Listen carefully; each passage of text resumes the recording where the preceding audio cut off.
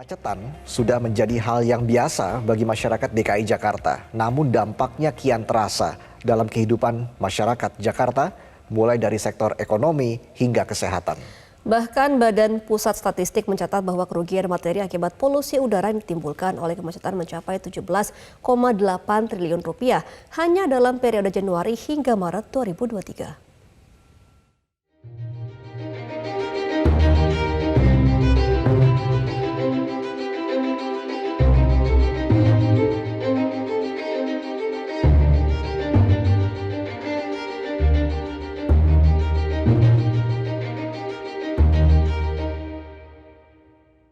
Dengan jumlah 34,54 juta jiwa, menjadikan Jakarta sebagai kota dengan populasi terbesar se-Asia Tenggara pada tahun 2022.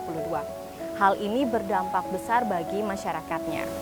Kemacetan sudah menjadi hal yang biasa, bahkan dampak kemacetan pun menyentuh berbagai sektor, mulai dari ekonomi hingga kesehatan. Bahkan polusi udara yang ditimbulkan mampu mengakibatkan kematian.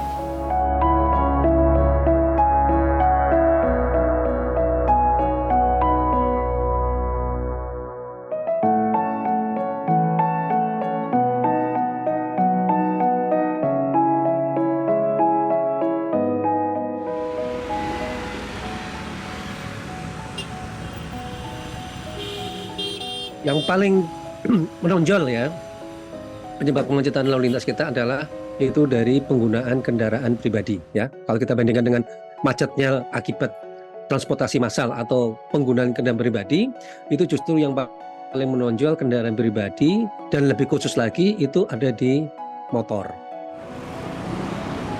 Yang menjadi penyebab juga adalah jumlah kendaraan itu bukan hanya berasal di daerah Jakarta saja, tetapi dari Jabodetabek ya. Jadi Bogor, Depok, Tangerang, Bekasi itu semuanya nyerbu ke Jakarta.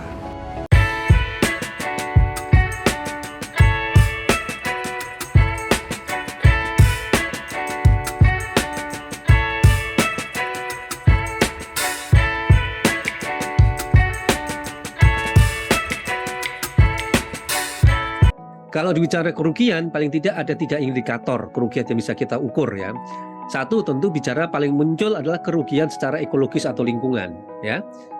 Misal dengan penduduk seperti DKI Jakarta, dengan kabupaten seperti Jakarta, tentu pencemaran udara yang begitu tinggi sangat berbahaya bagi warga Jakarta ya. Polusi udara itu udah tidak bisa ditawar, harusnya menjadi acuan kenapa kita harus mengurai kemacetan lalu lintas.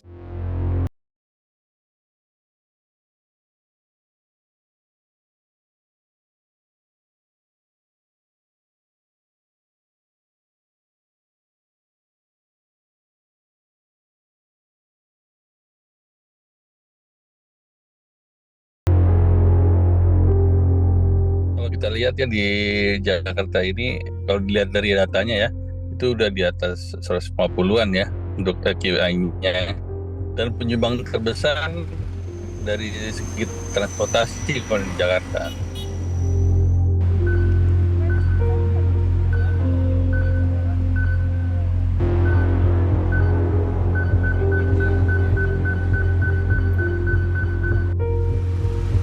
Ya, kalau polusi udara itu kita bisa ada terdiri dari gasnya, terus kemudian ada partikel, jadi ada bentuk gas, ada partikelnya. Partikel itu debu. Jadi debunya ada yang ukurannya 10 mikron dan ada yang 2,5 mikron. Nah, yang 2,5 mikron ini yang berbahaya, jadi kan dia bisa langsung masuk ke dalam pembuluh darah, jadi langsung dari paru, karena saking kecilnya dia bisa sampai ke masuk ke pembuluh darah sehingga menimbulkan peradangan sistemik atau peradangan di seluruh tubuh. Ada suatu studi yang menyebutkan bahwa polusi udara ini berkaitan dengan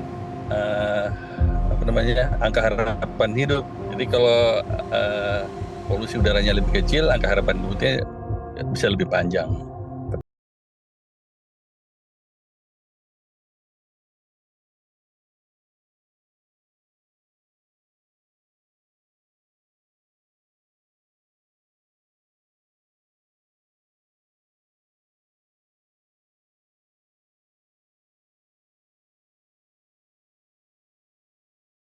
Intinya semua dirugikan ya, tidak ada satupun yang diuntungkan dengan kemacetan lalu lintas.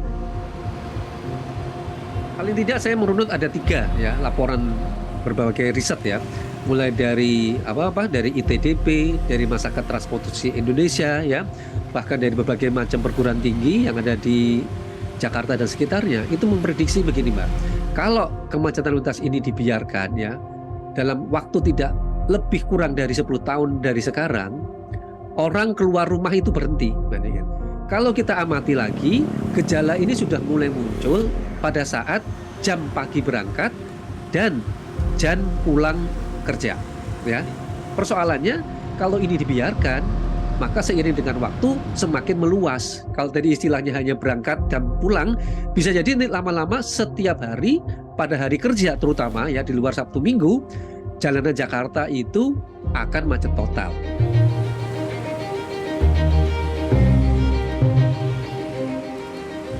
Potret kemacetan Jakarta hanya menggambarkan sedikit dari begitu banyaknya permasalahan yang ada di DKI Jakarta. Pertanyaan-pertanyaan pun mulai bermunculan. Seperti bagaimanakah wajah ibu kota 10 hingga 50 tahun lagi? Apakah permasalahan yang ada berbanding lurus dengan kehidupan pusat kota yang tidak pernah mati? Dari Jakarta, Niken Riwu, Suari Tiasa, Levi Wardana, Metro TV.